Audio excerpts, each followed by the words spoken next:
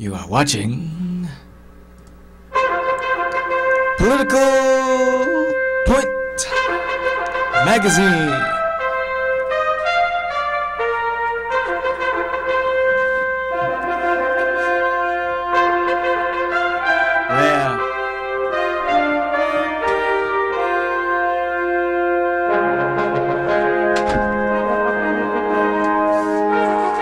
Where the right is right and the left,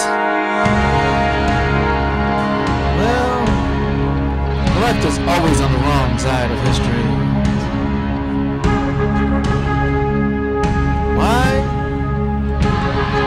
Because political minds want to know. So enjoy a conservative point of view. And let's talk pea soup. But tonight's top story.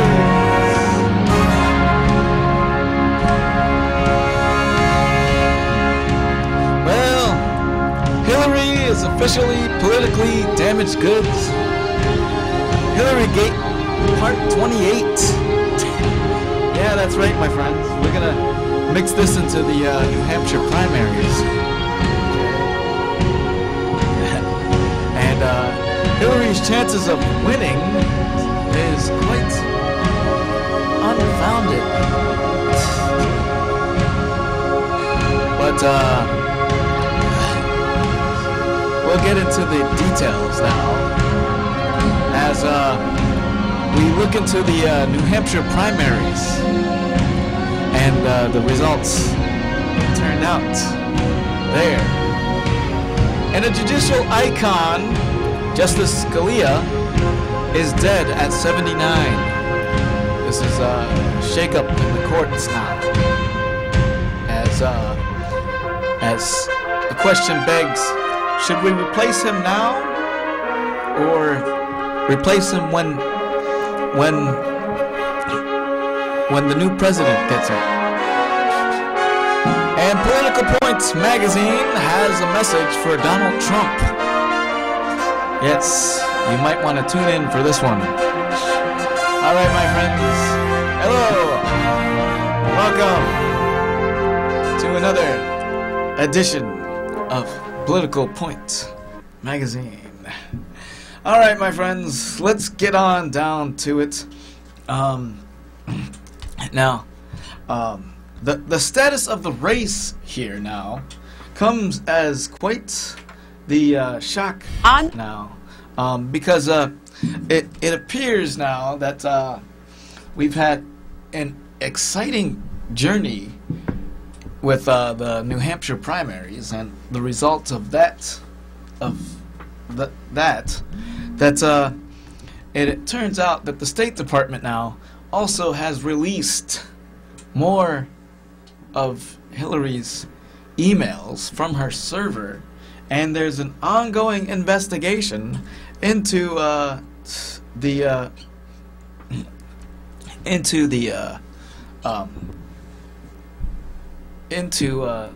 Hillary's dealings, and much of this is also oh, I just can't it's just ridiculous. Now they're going into deeper and further into Hillary's the foundation. Okay, and it's like now, you know, there's more and more voters out there that are distraught with Hillary. Okay, with all of the things that have been going on here, my friends. It's not looking good for Hillary. All right. In fact, this is my other series now. Hillary is officially politically damaged goods now, and with Bernie Sanders really paving the way here. I mean, it's like, you know, even now. Okay, I want to put this up here. Okay, I want to put this up here. Bloomberg might jump into the race. He's seriously looking into it. Okay, he certainly has the money for it, you know, and he's, you know, but he's looking into it, and the way things are now, with the trust issue, drowning out Hillary. Okay, there's no way. There's just no way that you know, Hillary will get the nomination. I just don't see it. Okay, I just don't see it. And in this, okay, we get into, you know, because we just found out now that the State Department has released more of Hillary Clinton's emails, and these ones were actually marked classified. Yeah, that's right. In fact, they discovered that over 88 now, and now it's like it's 88 more that were marked classified, and that brings the total to at least over 300,000 emails. You know, hundreds of thousands of emails that were classified. It was classified even. Okay, and in this, okay, I want to bring this up. Okay, that Hillary lied majorly about the emails, and more of the emails that have come up are about Blumenthal and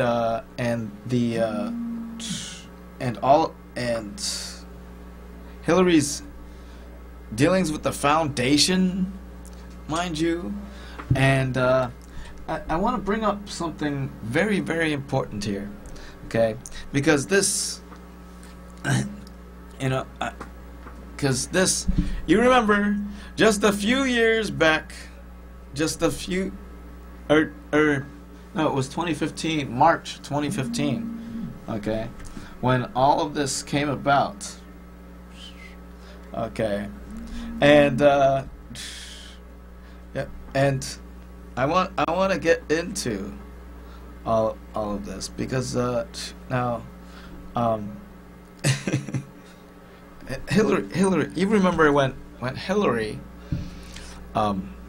said that she released all of her emails that were work related, and she deleted some. Yeah, well, this comes into the question of Hillary's trustworthiness. Okay, so now what we have here, and we have a situation where Hillary comes in second to Bernie Sanders, you know. So we're going to talk about now the primaries, okay? And this, my friends, now first on the speeches here, okay. Donald Trump came in first in New Hampshire, okay, and then now this is the first in the nation primaries, okay, but I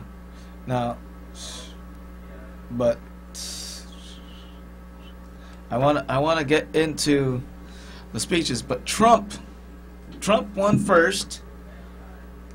Trump won first. And John Kasich got second, and then I think it was third place, or third or fourth place. It was and John Kasich came second,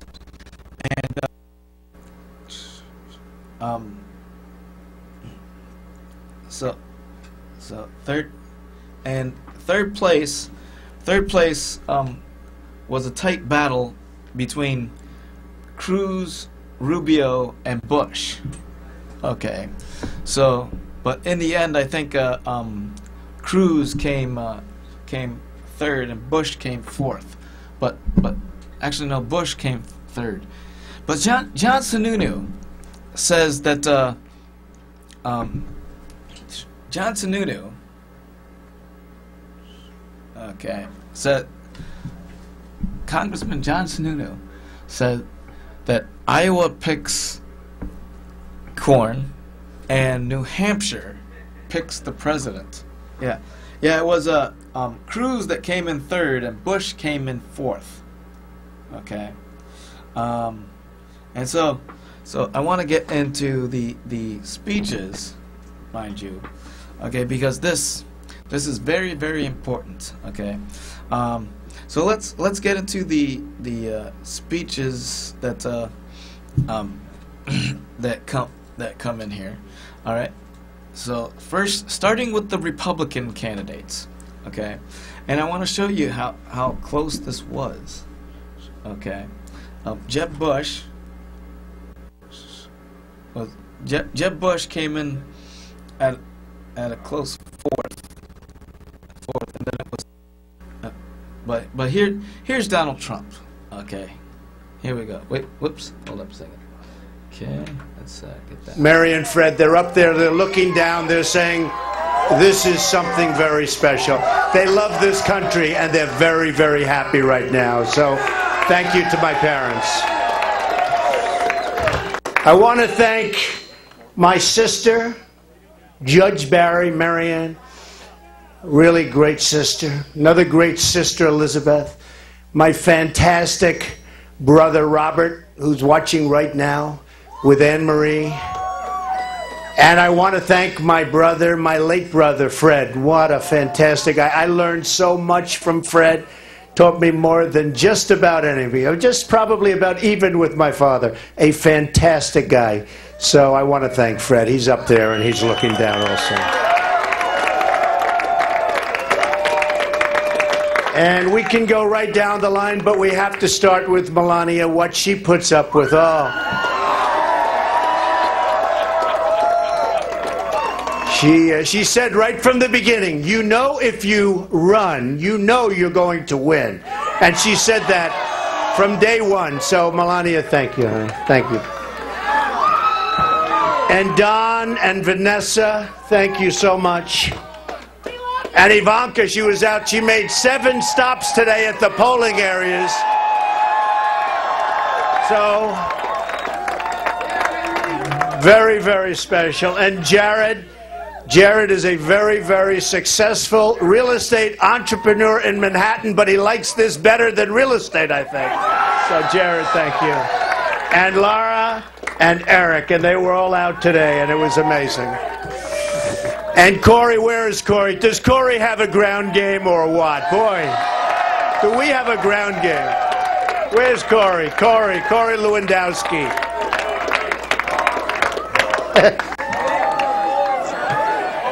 You know, we learned a lot about ground games in 1 week, I have to tell you that.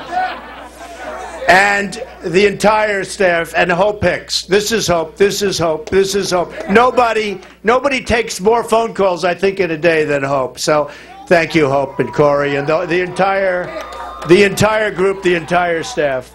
Incredible job. Get over here. Come here. What a job you did. It's the man.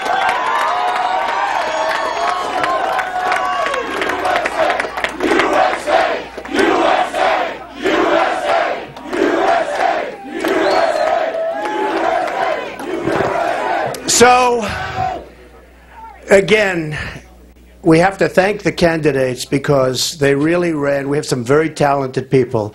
And to be victorious against some of these people, even if it's for 1 week, but believe me, it's going to be for many weeks, okay?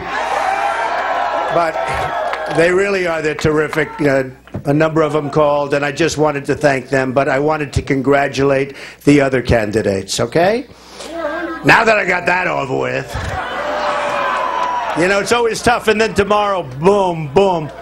But that's the way it is, and really, you have some real talent. We have some real talent in the Republican Party, and the Orange Reince, we want to thank everybody. Thank you very much. Yeah, right. Well, I'll tell you what. What do we really want to thank, right? We want to thank the people of New Hampshire, right? Do we love the people of New Hampshire? You know, I said it, and I said it even a year ago. I said, I think I'm going to do really well there because I'm here a lot, and it's so beautiful, and I love it so much, and I love the people, and I said, I actually think they like me a lot, and then all of a sudden we started getting numbers in, and everyone said, how come they like Trump so much? But I have so many friends up here, and they are special, special people. So, New Hampshire, I want to thank you. We love you. We're going to be back a lot. We're not going to forget you. You started it. Remember, you started it.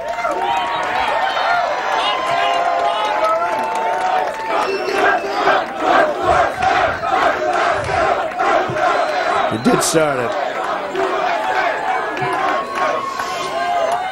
You know, when I came out, I heard the end of Bernie's speech, and I heard some of the beginning. No.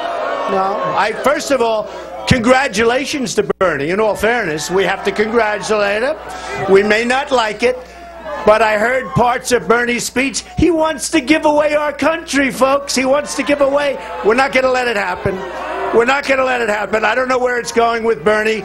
We wish him a lot of luck, but we are going to make America great again, but we're going to do it the old-fashioned way. We're going to beat China, Japan. We're going to beat Mexico at trade. We're going to beat all of these countries that are taking so much of our money away from us on a daily basis. It's not going to happen anymore.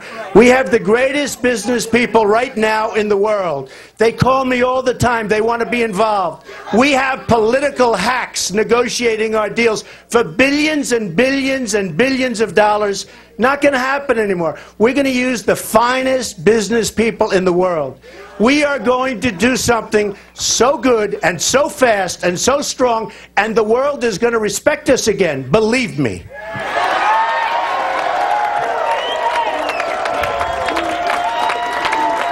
We're going to... Do we love our country? Do we love our country?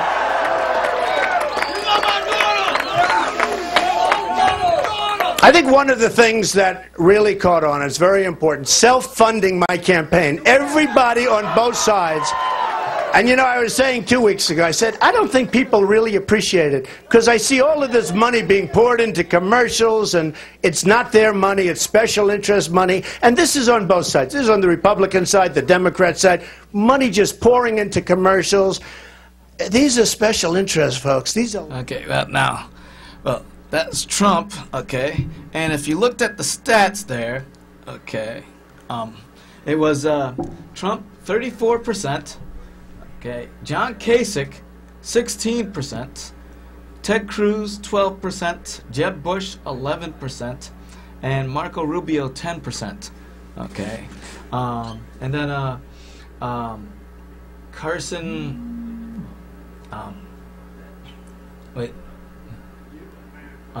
Christie had 8%. Christie had 8%. Carly Fiorina had 4%. Ben Carson had 2%, and Gilmore had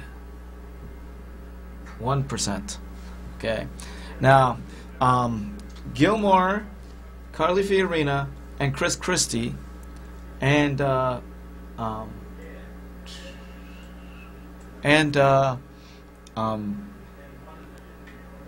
yeah, Gilmore and, yeah, that's right.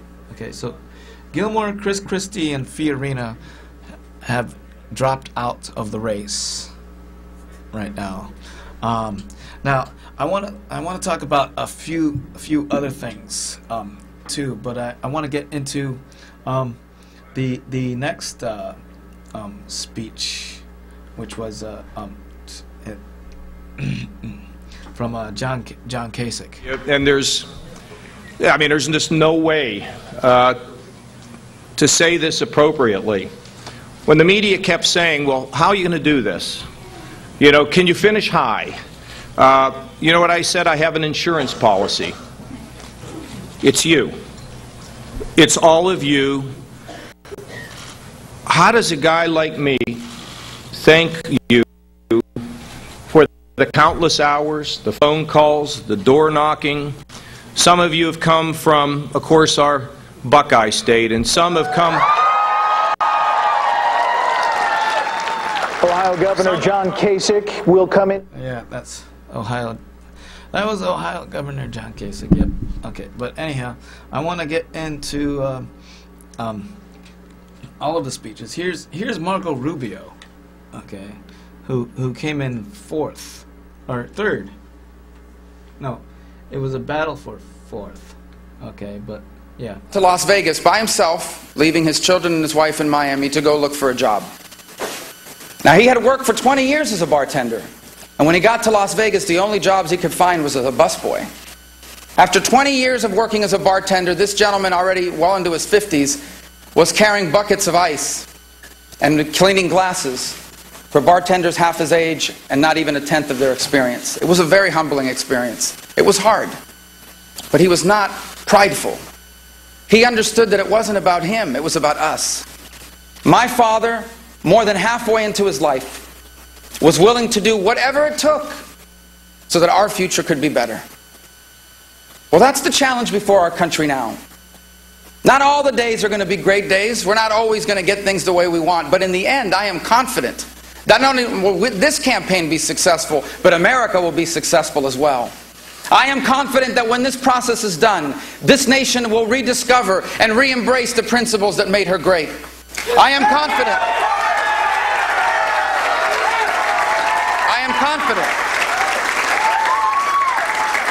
Because for over 2 centuries,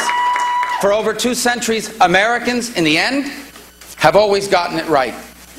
In each generation before us, Americans have always done what needed to be done, and I know with all my heart that we will do what needs to be done in this generation to leave for our children what they deserve to inherit.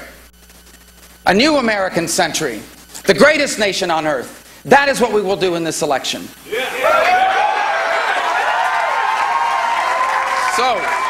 And that's Marco Rubio, and then we want to get into Ted Cruz, okay? But there was a battle for third place, okay, between Rubio, Cruz, and Bush, okay? Ultimately, Ted Cruz. It was a tight race for fourth place, but ultimately, I want to also get into some of the reasons why Rubio didn't place well in all of this, okay? Because of one of the last debates. But here's Cruz. I think remember one of the things he. Oops, wait a minute. Cruz is coming in. All right, but yeah, I want to get into Ted Cruz, right?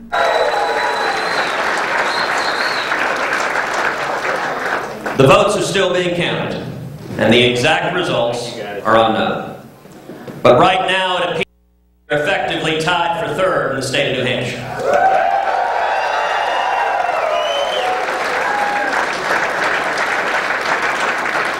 That was the result that all of us were told was impossible.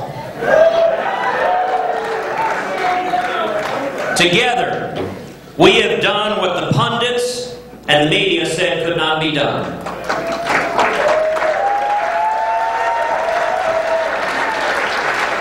And what the Washington establishment desperately hoped would not be done.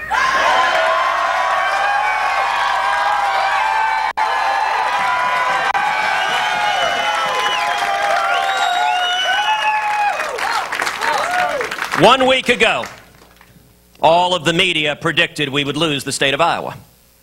Well, they were wrong. I had opposed the ethanol mandate taking on Washington and corporate welfare. My opponents attacked me, promising even more cronyism. And lobbyists spent millions of dollars in attack ads against our campaign. And yet the people of Iowa put their country first. They put their children first.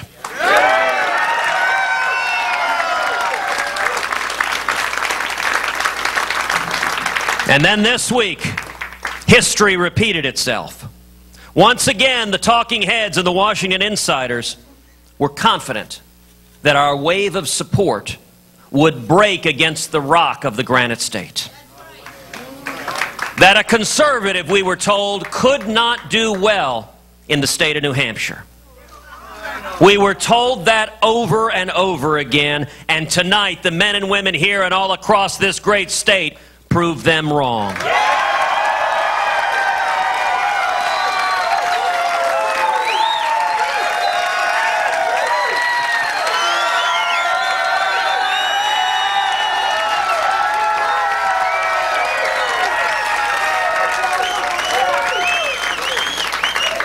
Now, I want to congratulate Donald Trump on an impressive win tonight. And John Kasich had a good night tonight. But the real winner is the conservative grassroots.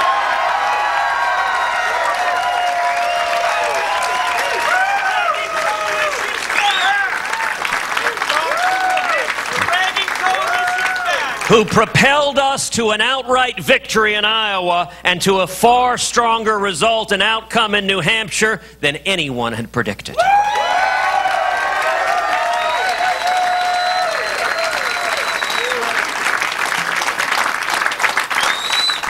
Now we go on to South Carolina.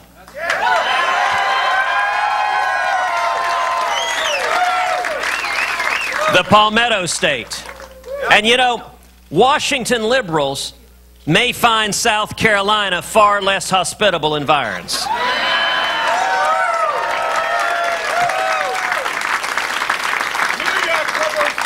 And on to Nevada and Super Tuesday, the so-called SEC primary.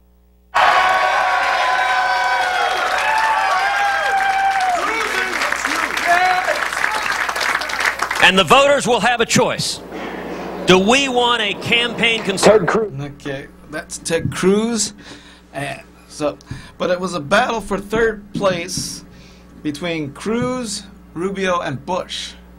All right. So, but with all of that now, okay, in play here.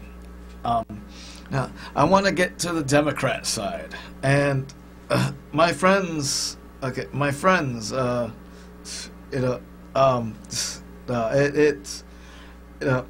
Bernie Sanders just kicked the pants out of Hillary Clinton.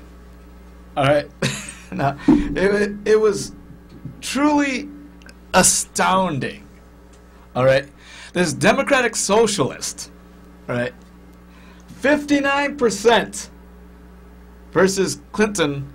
38%. He basically whipped Clinton's butt.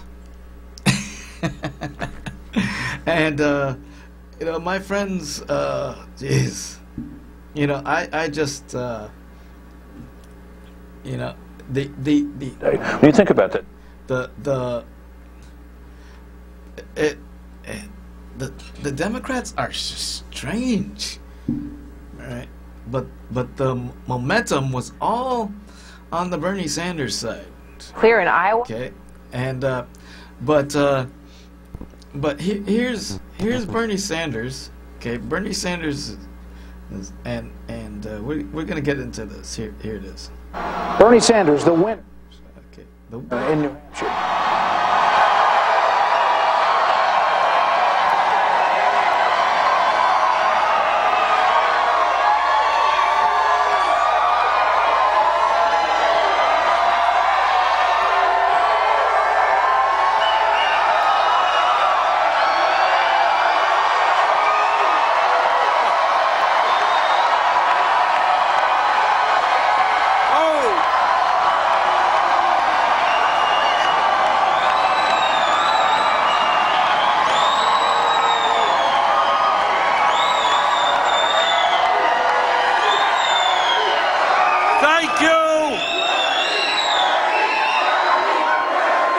Thank you, New Hampshire.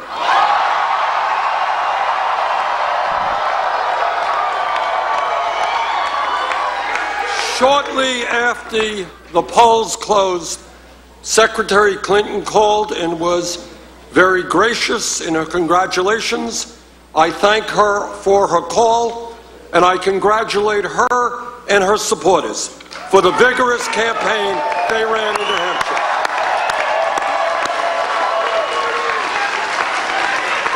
And let me take this opportunity to thank the many, many thousands of volunteers here in the Granite State who work so tirelessly.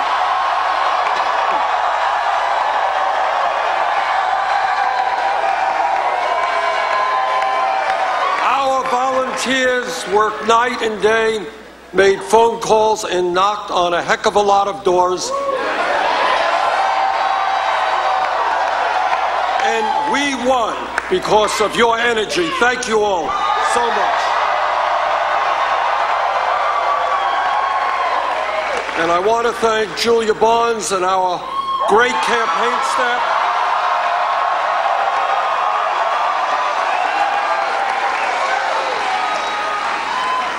Together, we have sent the message that will echo from Wall Street to Washington, from Maine to California.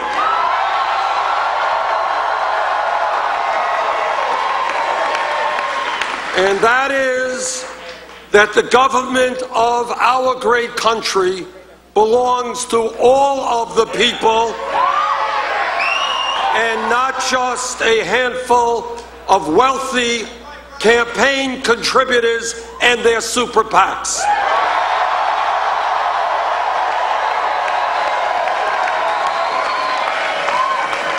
Nine months ago, we began our campaign here in New Hampshire. We had no campaign organization, we had no money, and we were taking on the most powerful political organization in the United States of America.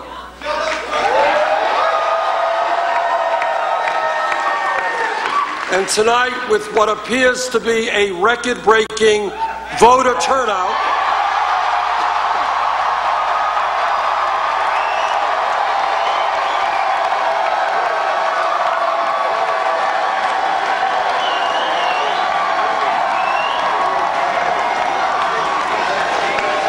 because of a huge voter turnout, and I say huge, And I say huge. one, because we harnessed the energy and the excitement that the Democratic Party will need to succeed in November. Yeah, well, okay. Now, I want to get into that because now, the Bernie Sanders voters are kind of blind, I think. Okay, but we do want to get into why this is very important because now because with all of the effort that Hillary Clinton put into her campaign, right, you know, and then she even had the nerve to have Madeleine Albright. You know, this was before New Hampshire, okay? Madeleine Albright, who is supporting Hillary Clinton, stood out there and said there is a place reserved in hell for women that don't help other women. Basically saying that that if the women don't vote for Hillary, then you're going to hell. So, basically, and in New Hampshire, in the Democratic primary in New Hampshire, Hillary lost the woman vote to Bernie Sanders. She lost the women vote. She lost the what is it? Oh, the youth vote, and and the senior citizen independent vote. Okay, so all of this is coming into play, and we see now that Bernie Sanders is the driving force of the Democratic Party. Now, he's a democratic socialist, and you know, which now we come to Hillary. We're going to fight for real solutions that make a real difference in people's lives. You know, when I started this campaign last spring, I knew we were facing profound challenges as a country. The way too many things were going just wasn't right. It isn't right that the kids I met in Flint on Sunday were poisoned because their governor wanted to save money. It isn't right for a grandmother here in New Hampshire or anywhere else to have to choose between paying rent and buying medicine because a prescription drug company increased the price 4,000% overnight. And it isn't right that a cashier that I met here in New Hampshire's son is paid less than her son for doing the same work, even though she's been on the job for more years. Now, people have every right to be angry. But they're also hungry. They're hungry for solutions. What are we going to do? And that is the fight we're taking to the country. What is the best way to change people's lives so we can all grow together? Who is the best change maker? And no, not you, Hillary, not you. No, who is the best change maker? No. No, the Democrats, they just want to raise your taxes and you know, make it harder for you to survive. All right, now, you know, I just can't. I can't imagine now with all the things that have been discovered now, we now see that there is this battle now, and I want to get into this, my friends, because over the weekend, my friends. Okay, I don't have time to show all the clips that I want to show, so I'm gonna get into this. Okay. America has lost a conservative judicial icon. Now, Justice Scalia. Okay, Justice Scalia now has there's a vacancy now on the Supreme Court. Justice Scalia has died at 79 of natural causes when he was at an event in Texas, a Texas ranch in Texas, and he died of natural causes. And now there is this ongoing battle for his replacement. Okay, now, U.S. Supreme Court Justice Antonin Scalia, a conservative anchor for the nation's top court across 30 years, was found dead Saturday at a West Texas ranch. The 79-year-old jurist apparently died of natural causes after attending a private party of about 40 people at the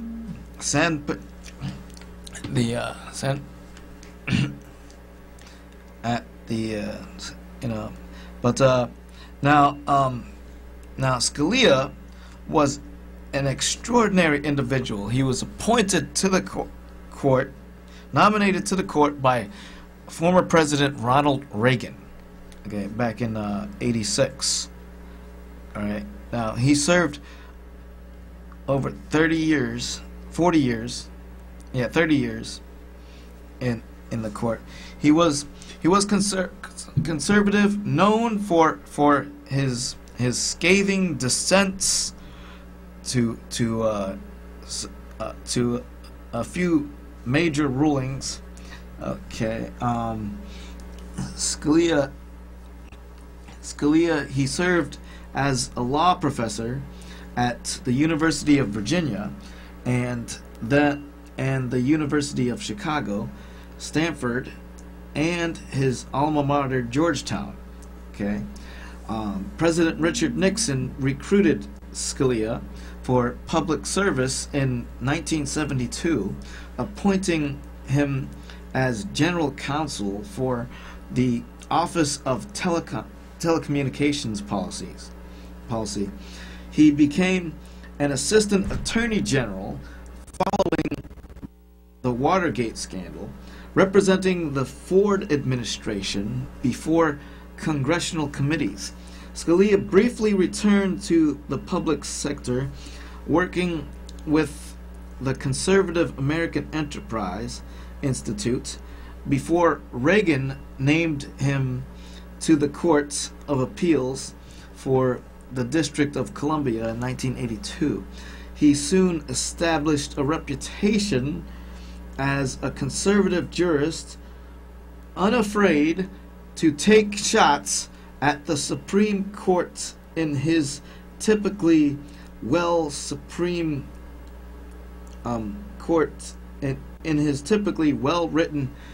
opinions. Now, I liked Scalia. He will be sorely missed. Okay. And now, before I get to the phone calls, I want to say that before I get to the phone calls, I want to say that there is an ongoing battle for Justice Scalia's replacement. Okay. The Republicans, and as a matter of fact, the Senate Majority Leader, Mitch McConnell, said that we will not he needs to be replaced by the next president. Okay. So, what effect does this have on the courts, mind you? Okay. Now, Justice Scalia was close friends with the liberal justices,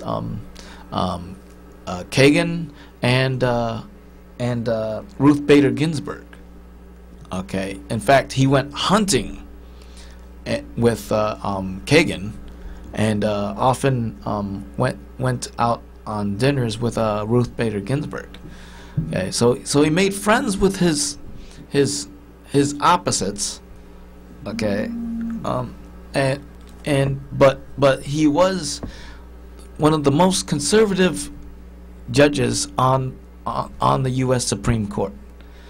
Now, and I remember his scathing dissent when Chief Justice Roberts basically approved gay marriage and also the Obamacare, saving Obamacare. In fact, Scalia said we might as well call it SCOTUS care, because it was the second time that the court had upheld Obamacare,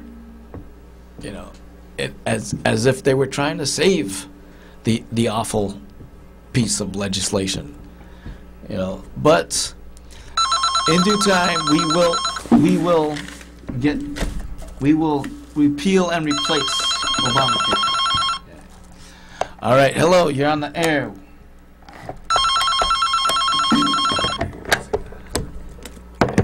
Hello, you're on the air. What's on your political mind?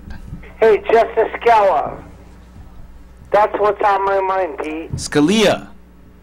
Okay, Scalia. That's how you pronounce his name. He wanted to uphold the Constitution, correct? Yes. In every way? Yes, yes. Like never change the Constitution?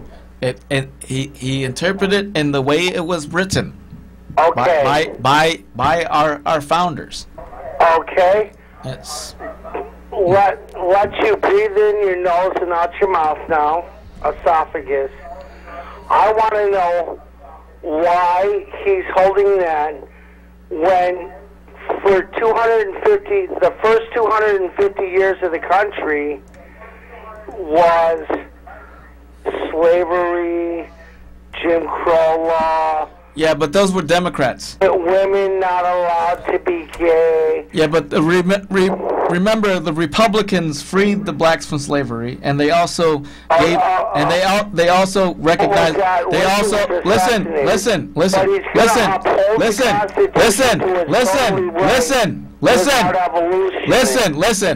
It was the Republicans that freed the blacks from slavery, and they also recognized women's suffrage and gave women equal rights with men. Okay. Why was he against evolutionizing until Barack? No. See. He's against abortion. There's no right to an abortion in the Constitution. Okay, and that's what he fought against. You know. So they're not allowed to. So there's really no right to an abortion in the Constitution. Then why did we have the 60s segregation, 1963? No. See, affirmative action is not really. What are you upholding in the Constitution when things got The Constitution is our founding document. We need to uphold it. Black slavery, including Indian. No. There's no. Building on Washington D.C. No. Talk to me, Will. No, slavery is not in the Constitution. Why did we go through it and they wanted to uphold? Look, we have abolished slavery, okay? We have abolished slavery. Why were they slavery is not in our Constitution. So this judge was not willing to change anything. No. Slavery is not in our Constitution. For 250 years worth of living here. Well, no, it wasn't. No, it wasn't. No. The Constitution has been 279 years in existence. Yep, it's our founding document. Why do you want to not now? It's our founding document, my friend. Live amongst the changings in an evoluted lifestyle today. No, okay, well, we thank you for your call. All right, now, but anyhow, on with Justice Scalia. Okay, now there's an ongoing battle. President Obama says that he might nominate someone to replace Scalia, but the Congress, which is Republican controlled, the Senate, is probably not going to go through with it. Hello, you're on the air. I wanted you to breathe, Will. I'm breathing. Okay. Listen. But I need to get on to my other points here. Something is correct and can change the world for the good. What? For the greater of the people, okay? Why not do it? Are you still going to be bound by law and constitution of previous artifacts of other people's opinions? The Constitution is our founding document. Okay. I do want to say this. I believe in the Constitution. No. I want to talk all about the Republicans, okay? They seem to be mean and evil. No. They're not. Okay. Hey, thank you for your call. All right. But anyhow, now, I'm running low on time, so I want to make this point here. All right. Now, the Senate, which is Republican controlled, okay, is hello. I did want to say that. Okay, we're on the air again. I did want to say that shrapnel against a 4-year-old child in any war won't make it. What? you're not making any sense. All right. Thank you for your call. All right. Anyhow, I do want to make this point here. Okay. Now the Senate, which is Republican controlled now, okay, it has to go if there is a nominee to replace Scalia, because right now it's 4-4 in the court. Now, okay, 4 liberals, 4 conservatives. Okay. Now, any decision now, okay, because you know how Barack Obama has been running things. He's been running through executive fiat, and some of his executive orders, and he has done recess appointments, okay, and those recess appointments were ruled unconstitutional because the Congress was not in recess on some of those. So with that in mind now, okay, the president is dead set. The president is dead set now to make a decision as to what his replacement is going to be. Okay, and all of the Republicans now are saying that even the presidential candidates now are saying that we should wait until the next president is elected. Okay, on this. All right, and I think the last time that the last time a president had a recess appointment on an election year, okay, for the courts, that president said that it was the biggest mistake that he ever made. All right, and it shouldn't be done.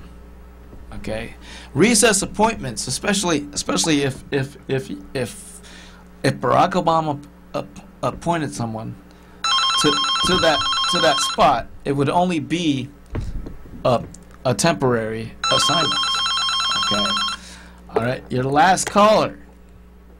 Yes, I want to say that the Republican oppression will never make it. No, the Republicans will make it. Okay. Yep. All right. Well, thank you for your call. All right. Anyhow, we take you now to the. I want to make this point, okay, because I do have something more to say here. All right. All right. So on this note here, I have a message. Okay, because I watched the last Republican debate. Okay, and I have a message for Donald Trump. Okay, now Political Point has a message for Donald Trump here.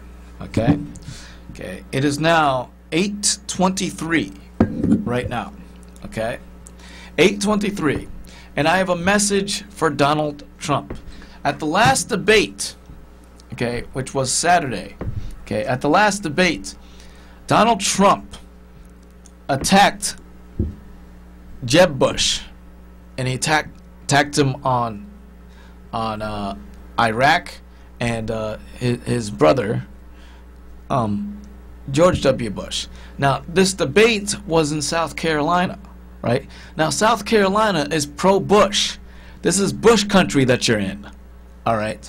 You know, you do not bring up, and it's almost as if that Donald Trump was attacking Jeb Bush hard, and he was almost saying that he was sounding like a Democrat, almost blaming Bush for 9/11. All right, almost blaming George W. Bush for 9/11. All right, now this makes me so disgusted because he started sounding like Ron Paul, okay, when Ron Paul ran for president. But I do want to make one thing clear here, you know, because he attacked Jeb Bush, okay, he attacked Jeb Bush, and I want to bring this up because he mentioned something to the fact that that they didn't find any weapons of mass destruction. But I have proved several times that they did find weapons of mass destruction in Iraq. Okay? And even back in 2006, Senator Rick Santorum and Congressman Pete Hoekstra testified that they did find weapons of mass destruction in Iraq. And also, they found more back in 2014 in Iraq. But by this article in the New York Times, all right? The New York Times, which says, abandoned chemical weapons and secret casualties in Iraq. All right? This is the New York Times that reported this. All right? Now, so, I'm sorry, I don't have time for this last caller. Okay. We need to know. Sorry, we don't have time for this last caller. That is the last words for the night. So, my friends, I thank you for tuning in. All right, and we will talk about more next week. All right, and South Carolina is coming up. Okay, but on that note, my friends, we thank you for watching Political Point Magazine, where the right is right and the left is always on the wrong side of history. Follow me on Twitter at WilliamMetro2 and check me out on YouTube. Alright, that's all the time we have left for tonight. So we thank you for watching Political Point, where the right is right and the left is always on the wrong side of history.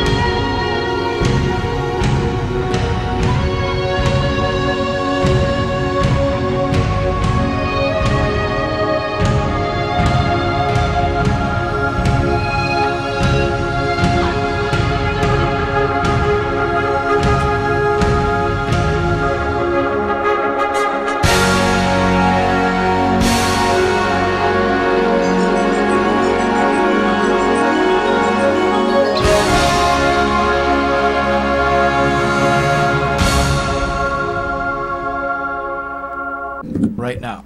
Okay? 8:23. And I have a message for Donald Trump.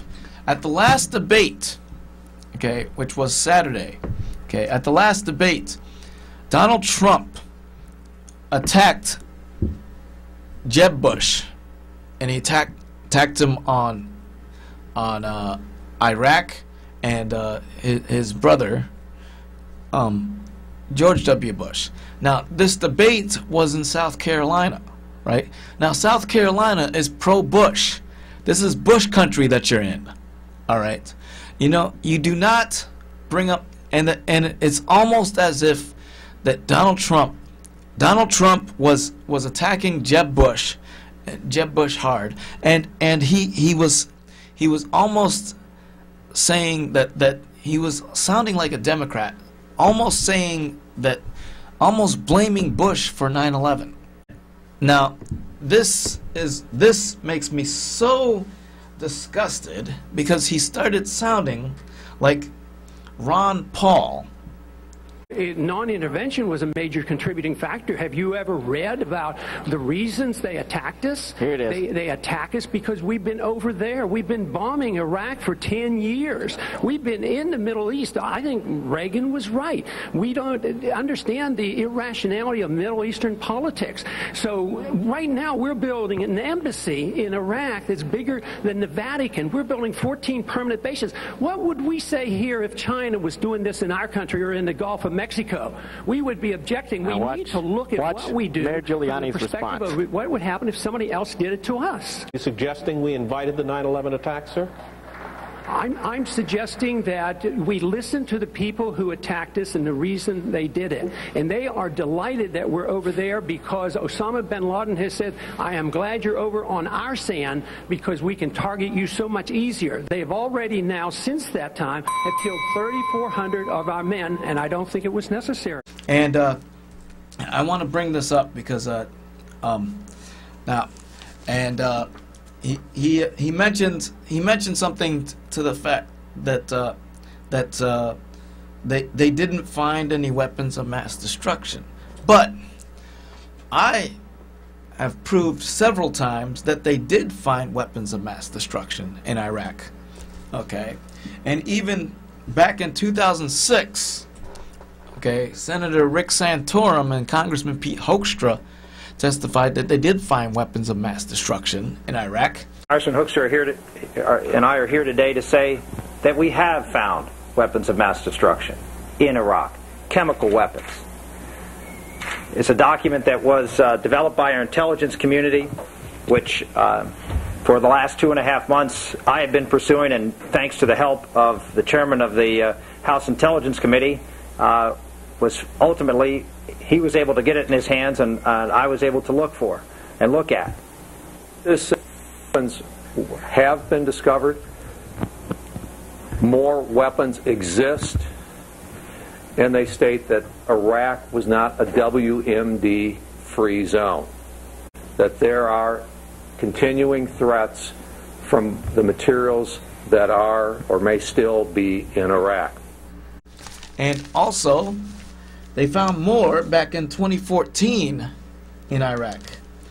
But by this article in the New York Times, all right? The New York Times, which says, abandoned chemical weapons and secret casualties in Iraq. All right? This is the New York Times that reported this.